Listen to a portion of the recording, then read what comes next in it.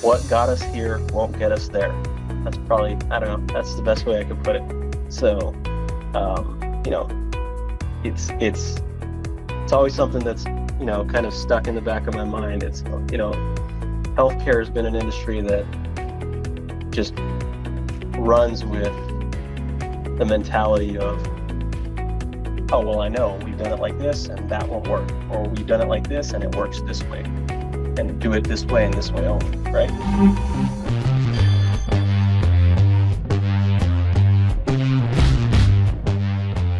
Hello and welcome to another episode of Leaders in Tech podcast. I am your host, David Mancilla. Today we have with us Manuel Pedroza. Welcome to the show, Manuel. Thanks for having me, David. Manuel, for the audience, can you give me your full name? Where do you live and what do you do for a living? Yeah, so my name is Manuel Pedroza. I am the CIO here in Central California. I'm part of a nonprofit community health system, but Central California, broadly put, right? So right between Fresno and Kern County is a Tulare County, and that's where I reside, but I operate with a community health system that pretty much spreads the whole gamut of the Central Valley, Fresno and Kern County. That's beautiful. People hear a lot about Northern California and of course the South, but Central California is not very known. Tell me, what's in Central California that we may know? Yeah, I mean, a lot of people think about it, well, that's the pit stop, right? If I'm going to Los Angeles or if I'm going to San Francisco, the beloved 5 or 99. But, Central Valley is where I've grown up and where I've resided for all my life.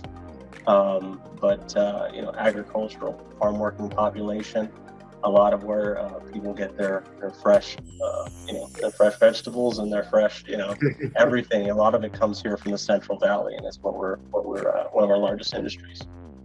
That is beautiful, Manuel, and people don't pay a lot of attention to that until there is a catastrophe and you don't have anything to eat. Right. Because California is so known for technology, Silicon Valley, this and that, and we don't even know that California is one of the largest food producers in the entire country, right?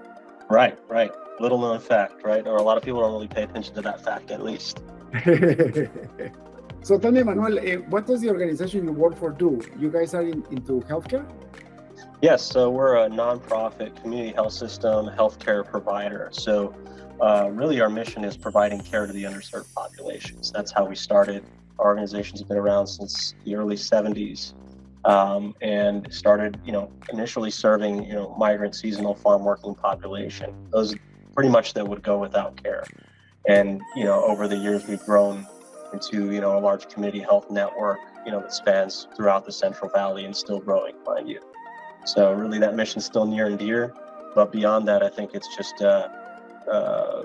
healthcare, the mission of healthcare is being a fundamental right for folks.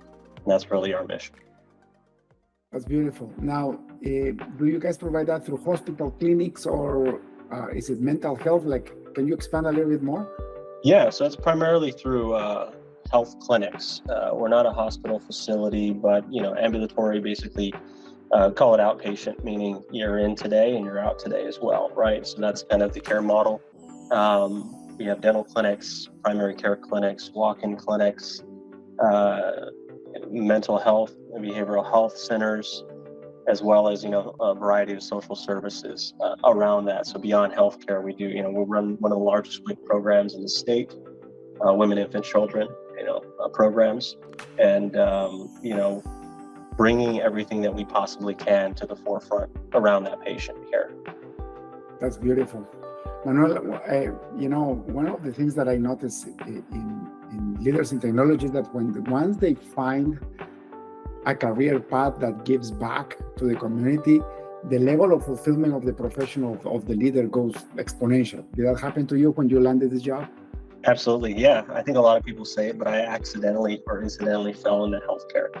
So I started, working in consulting, a bunch of managed services. I worked ag services, logistics, a lot of different things in the Valley, but ultimately arrived in healthcare and I guess you could say found my niche. Really, it's interesting. It's an interesting field to be in. There's no absence of work. There's no absence of things that we could fix with technology or address with technology. A lot of people talk about healthcare as being behind in a lot of places, and it may be appropriate to say so because our push didn't come into electronic health records roughly maybe 10, 12 years ago. That was really the push. And you could say that a lot of people have just been implementing and adopting that for the past 10 years. Now we're kind of at a point in which we're starting to talk about innovation or making the experience better, more modern for the patient, if you will. So that's why I think it's kind of exciting time to be in healthcare. I think the reason for that is the physicians themselves. And I tell you from personal experience, my sister has a private clinic. She's a medical doctor in Virginia. And I was watching her career. As I was growing my career, I was watching her. She's my older sister. She's 10 years older than me. 9 years older than me. And doctors don't like technology. I mean, not all of them, but the standard is that the majority of doctors is just leave me alone with my patients, because it's a very beautiful profession where you are one-on-one with the patient. And the less computers you have, the more time you have for the patient. Yeah. No, I could sense that, and I did deal with that quite a bit early in my career, right? Who are these people telling me how to provide care, and why are they telling me to act as call it a clerk, working on this computer all day long, right? Mm-hmm. But I think if you take the time to work with your physicians, understand their challenges, and also start to derive the value behind what it is we're trying to do, I think most these days would probably agree that technology has improved the ability to provide care in one way or another. There's still challenges, don't get me wrong, but data and the use of that data to take care of patients at scale and see things that maybe we couldn't see before, I think that's really what's changing a lot of the way that we do things. And so, you got informatics now, and you got physicians that go and focus on the use of data, the use of technology. So I think it's, like I said, I think it's just a great time to be in healthcare. I'm excited about it. And I think it's why, I couldn't think of working in any other industry at this point. It's beautiful. And after electronic medical records became a standard, the level of healthcare just grew exponentially. Like, I went to my doctor 2-3 weeks ago, and she knows exactly what has happened to me in the last 12 years because everything is electronic now. Right? Yeah. That wouldn't happen before. They would write it in a book, and then if you change doctors, your information stays with your previous doctor. Now it's all on the cloud, right?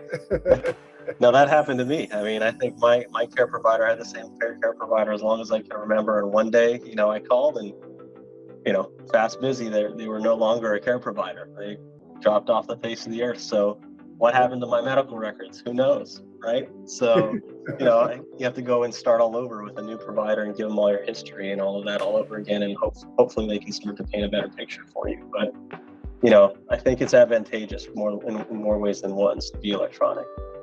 Yeah, I'm amazed with what technology is doing in the medical field, and how, the medical field is directly impacting in a good way the lives of humanity. I was talking to somebody the other day. They have a startup focused on AI and cancer. So they are just collecting all these massive data sets of diagnostics, and they are already finding errors when they actually look for cancer after the diagnostics are done. And they found 3-4% error, which means that people were not diagnosed with cancer that should have been. That means that somebody would have died if they didn't have this software that was actually checking. Right. You look at statistics and things like, okay, 1%, that's not a lot, right? But 1%, when you're talking about people's lives, makes a big difference, right? So it's you don't want just even one person to die, right? Right. So Manuel, let's look at your life career, how you got to where you are. Being responsible for such a large organization and all these multiple clinics all over the place. I mean, technology is a major factor in that to provide optimal services. So the association wouldn't just rely on anybody. If they chose you, it's because you had what it takes to be there. So let's look back. How do you get into technology to begin with? Do you go to computer science school? What was your life right after high school? Yeah, I mean, I guess you could say, I think I grew up at a good time in which, computers were starting to become a little bit more of a commodity. I remember getting my first one and it taking forever to arrive, but when I got it, I was using it and back in the days of dial-up, of course, and I was trying to figure out, how to use it, how to upgrade it, things like that. But it's always been an interest of mine. And then I think as many, kind of arrive at, I get to end of high school and I think, what am I going to do next? And so, my mother's always worked in healthcare as a nurse for many, many years. I saw that, as a young child and what she had to deal with for that. And my father worked in, he worked in kind of somewhat connected to agriculture, but more on the logistics side for many, many years. And so one thing I knew is that, my father always said, you got to use your brain. So you got a brain, so use it. And, hopefully it'll be easier on your back long term. But, I took that and I ultimately, arrived in computer science. And that's where I went and sought my degree.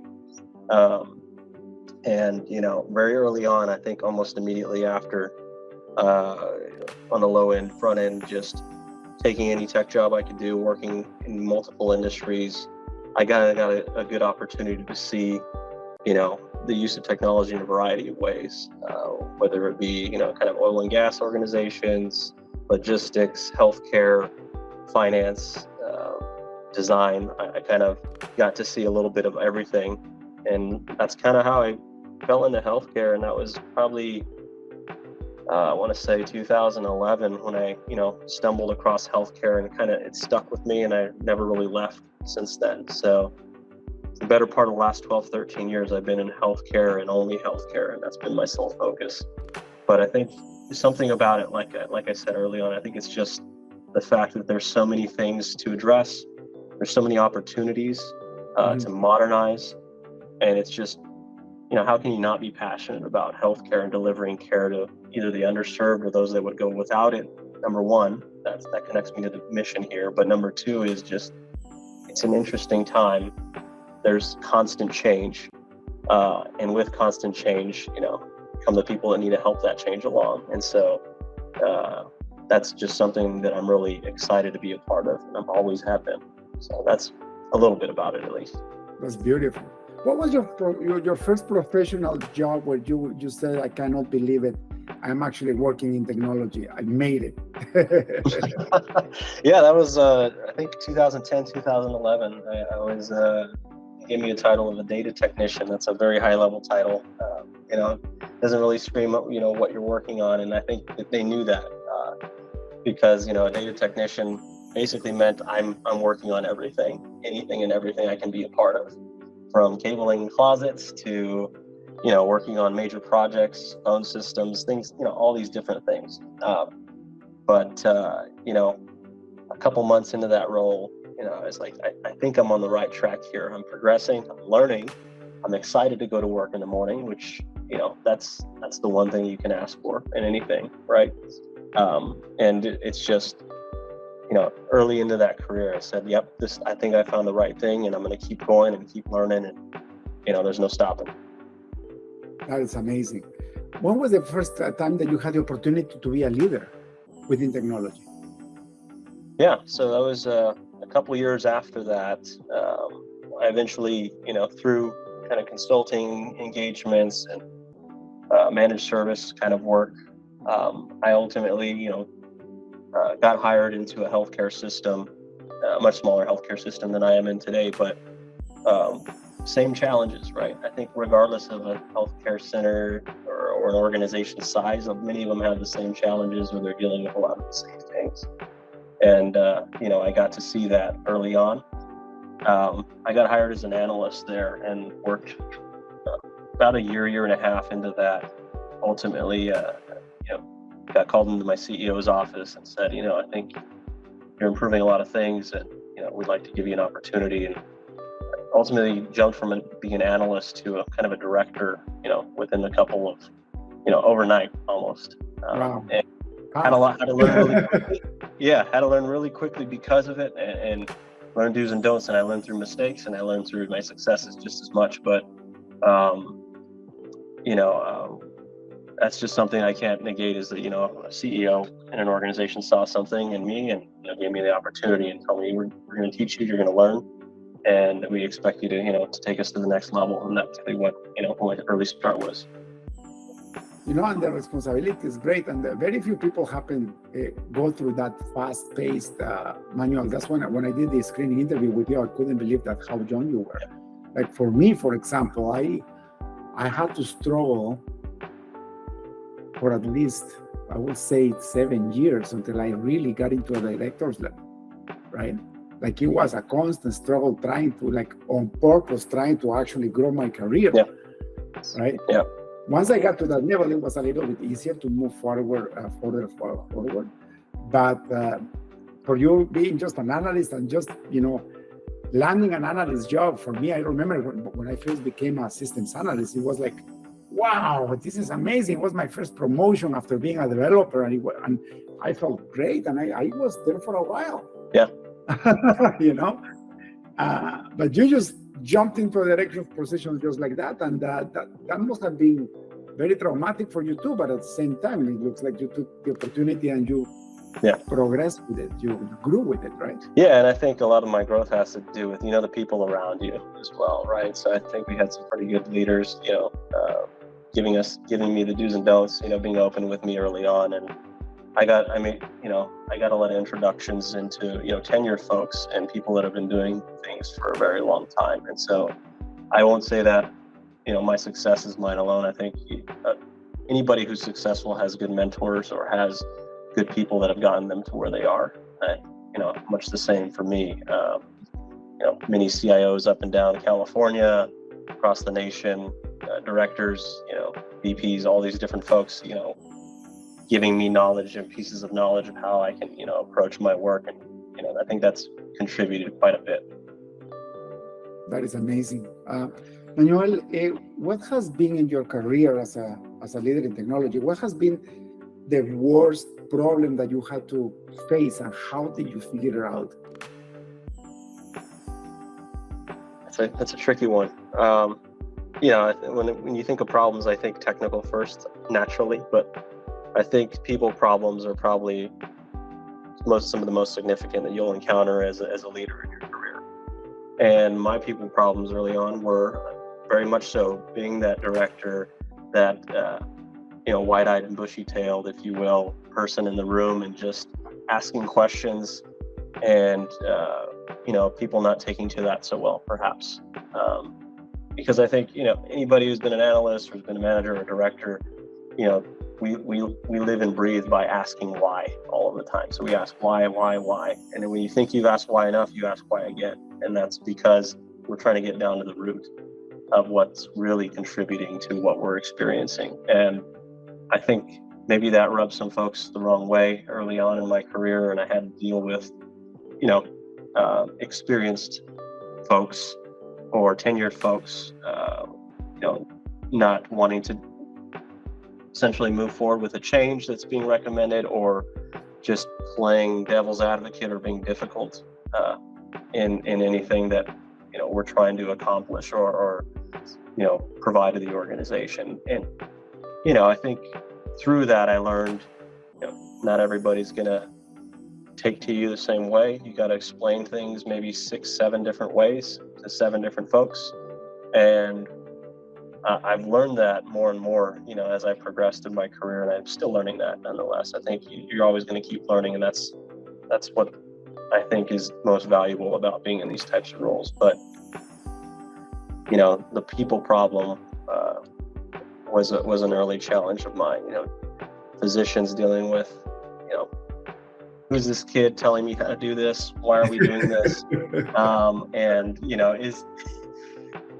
how do we know that you're saying the right thing, or that we're doing the right thing? And in your gut you're saying I don't know, but hopefully data's telling me something, or I've learned through my peers that this is the right thing to do. And explaining that to a physician or a seasoned executive can be difficult, and that's what I dealt with early on. But I think it made me just have a different mindset in my approach to communicating things.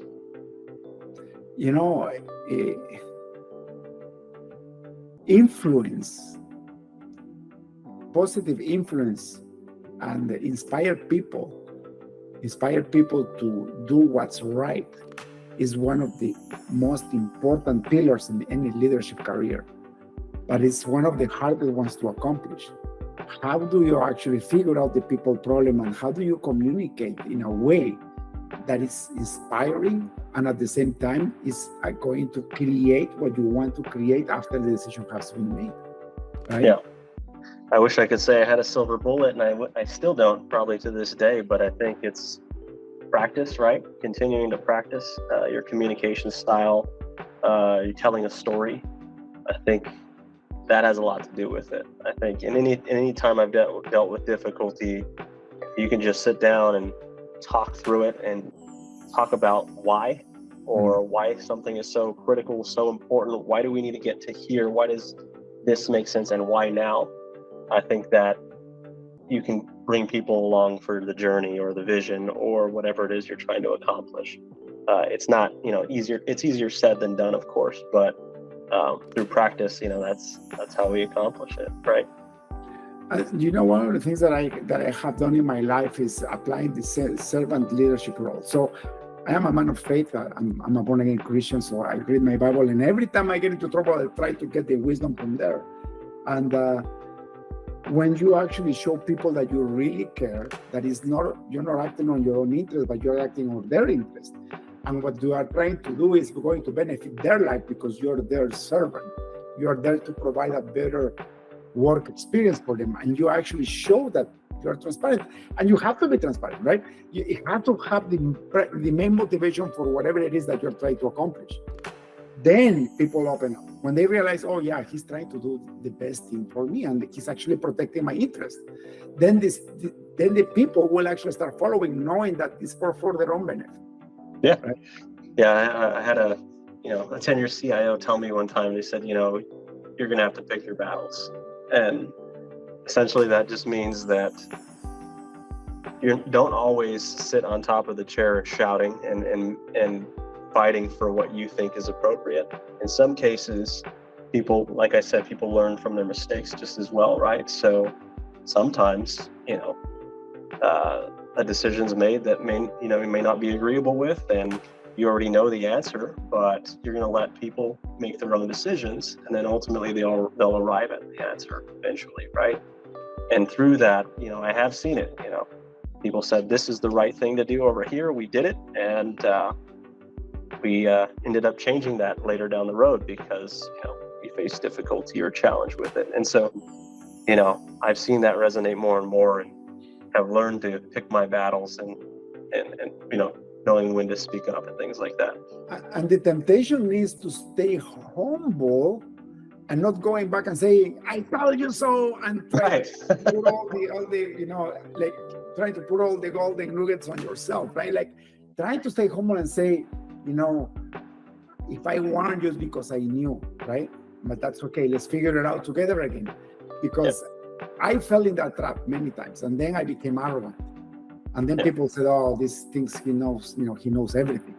And many times they did the opposite thing that I was offering, and then it failed. They come back to me, okay, let's try your way and my way worked. But then I told them, see, I told you.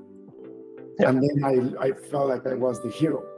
And that's nothing worse that you can do is being an arrogant leader, right? Then people will really hate you. Yeah, no, I'm a little diplomatic in how I work with my team. I think, everybody, you bring people to a team because of their varying expertise, their perspectives, and what they have in terms of skill set. A lot of the time, a good leader brings in people that, augment their skill set, or, maybe fill a gap that I think I have naturally or something like that. And I think the value of that is, better decisions come when there's natural communication happening amongst the team. There's varying perspective. There's maybe some adversity of opinion, things like that, because it's through that you actually get the right things or better solutions implemented, right? And so that's kind of been my style, at least, is, varying, give me all the different wavelengths that we can look at here, and let's come up with the best solution together collaboratively.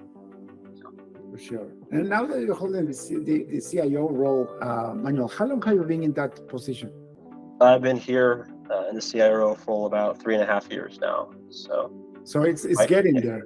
And you, it looks like, from if people are watching this on YouTube, like by the looks of it, it looks like you still should be like, a senior architect or a mid-level architect. So what's in the future for you? What do you have, like, what are your goals in your career? I think ultimately I've thought about that a lot. I think a lot of people ask me that too. What are your goals, right? For me, it's continuing to push the status quo. I'd like to become, the thought leader in the tech industry or in healthcare, or, achieve things that maybe nobody has achieved. And that's a bold statement, but I think that, I'm afforded that, right? And that I have some time to continue my development, to continue learning, learn from my peers, learn from other organizations, what works, what doesn't work, how can we make things just slightly better, how can we tune this even more so. And so my goal is to continue working in technology, specifically in healthcare, and just build the ultimate tech operation, the Google, or, I want to be part of something bigger, right? One of the largest, or the place that everybody wants to work. And that's really what I'm trying to build here with the type of talent that we bring in, or that we, the initiatives that we push as an organization. Does it ever come to mind that you will have to move to another state to achieve your goals? And if so, are you willing to do that? Yeah, I've talked to my wife about that a little bit. We've always things around. I know we have roots here in the Central Valley. We've got family and we've got a small child. So at least for me, we want to stay grounded here in the Valley, but that is something that we've talked about historically.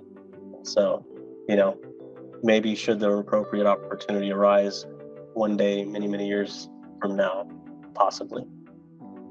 That's beautiful. Manuel, were you at this role during the pandemic? How was that experience for you guys? So I wasn't in this organization, but I was part of another organization providing essentially technology services to a variety of healthcare partners. And through that, COVID was running rampant. The need for virtualized care exponentially increased. I call it overnight. It was like, I think it was around February or March of 2020 when things were really hitting here in California. And we were pushing out virtual care platforms in a week, 2 weeks, 3 weeks, right? As opposed to your 90-day, your 120-day project, or what have you, and trying to operationalize those things just as fast. So I think through COVID, COVID was, call it the catalyst for pushing the use of technology even faster than we had, historically.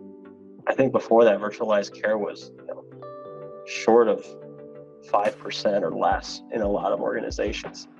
And at the peak of COVID, where it was roughly half of what we were doing. Wow. And so, call it, the change, and it hasn't gone away.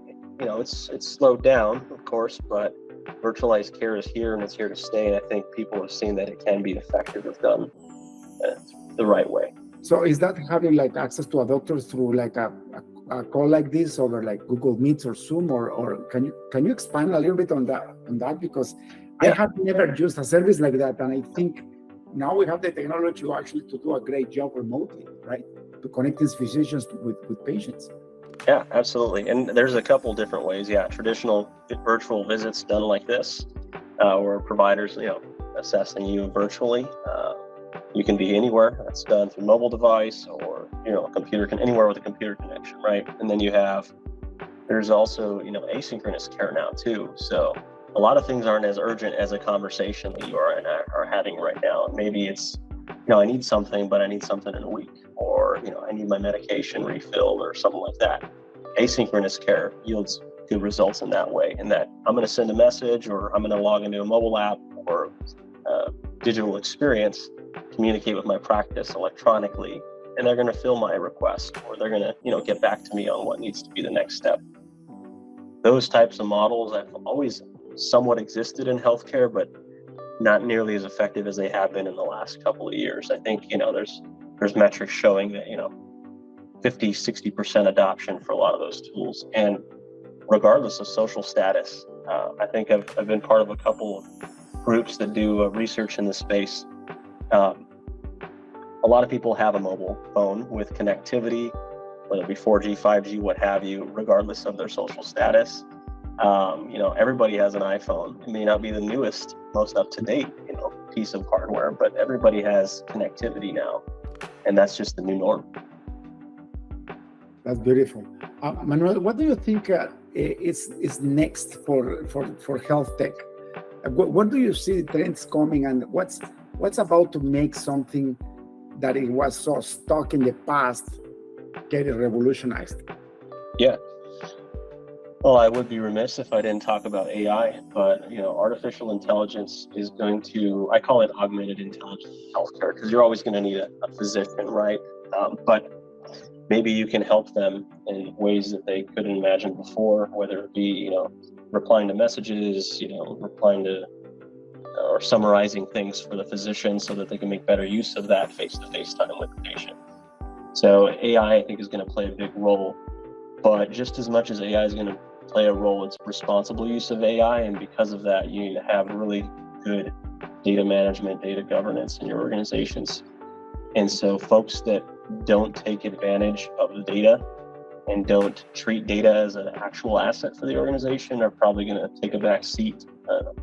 And so, I think I could say that, we're really focused on data in this organization, and that focus is continuing into establishing data lineage, meaning where's data coming from, where is it destined, how are we building content, who's building that content, who reviewed that content. It's really creating a full, focus on the use of data as an actual asset, right? We think of assets in other ways, like our properties or, computer assets, pieces of hardware, but data just as much as an asset for many organizations. It's, we're here in Bakersfield, and the oil industry is really huge, right? And here in this area, and we kind of say data is the new oil, right? Or I've heard that phrase from a couple of different folks just here in Kern County in the last couple of months. That's beautiful. Manuel, if you were to have another massive pandemic 2 days from now, what will be the first 2 or 3 things you will implement ASAP to keep the bare bones of the organization running?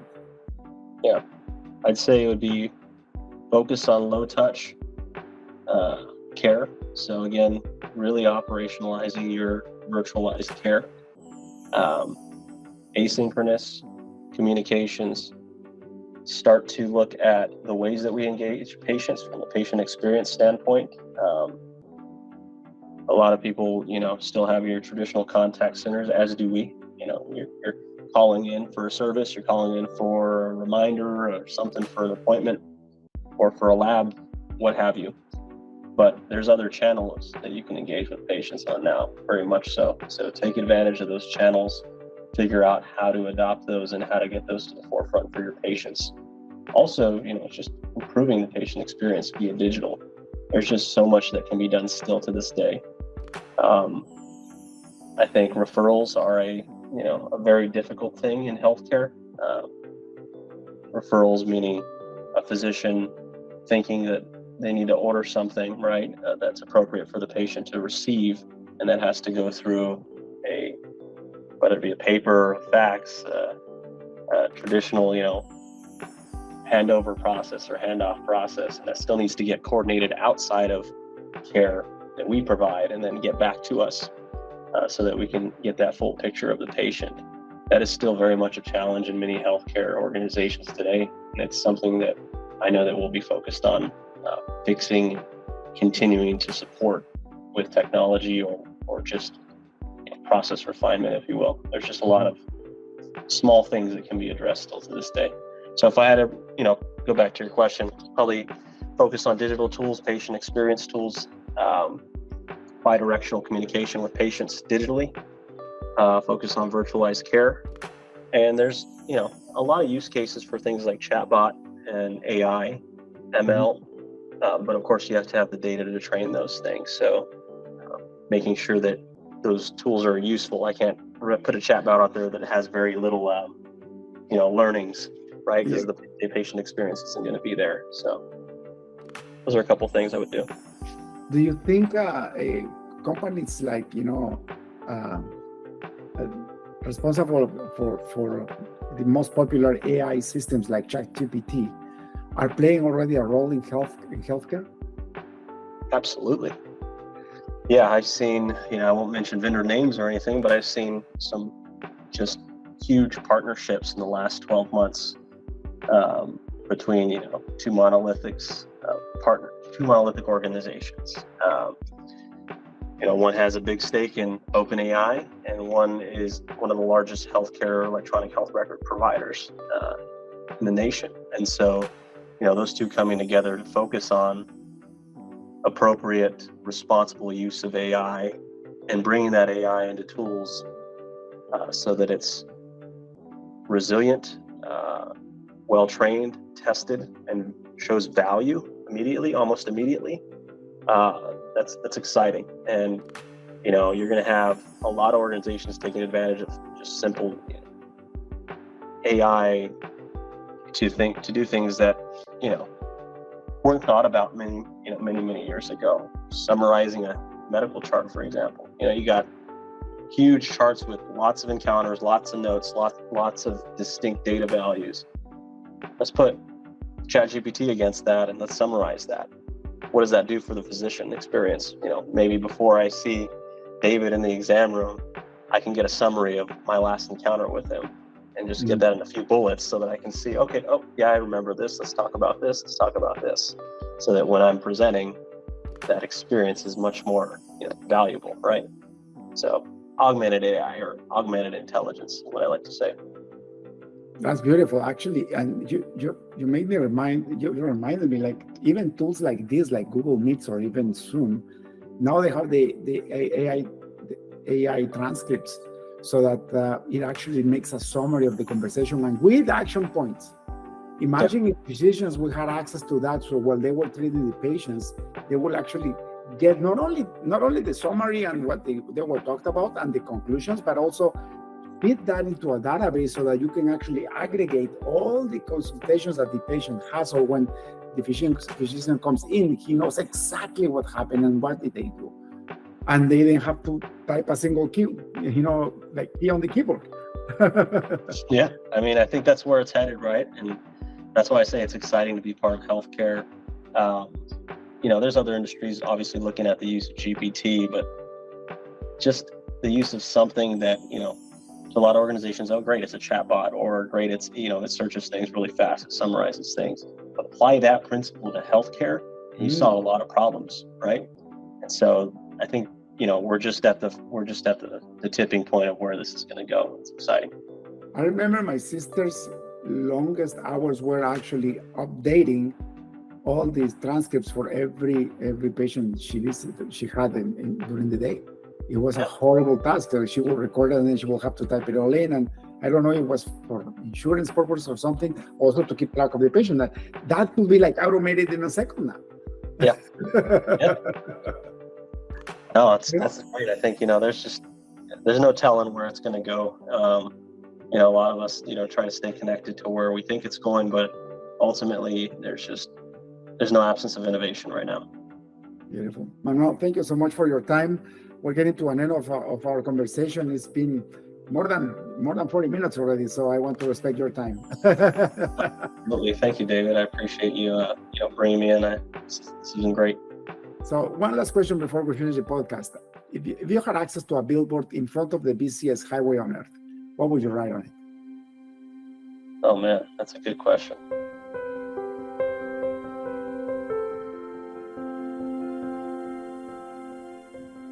What got us here won't get us there. That's probably, I don't know, that's the best way I could put it. So,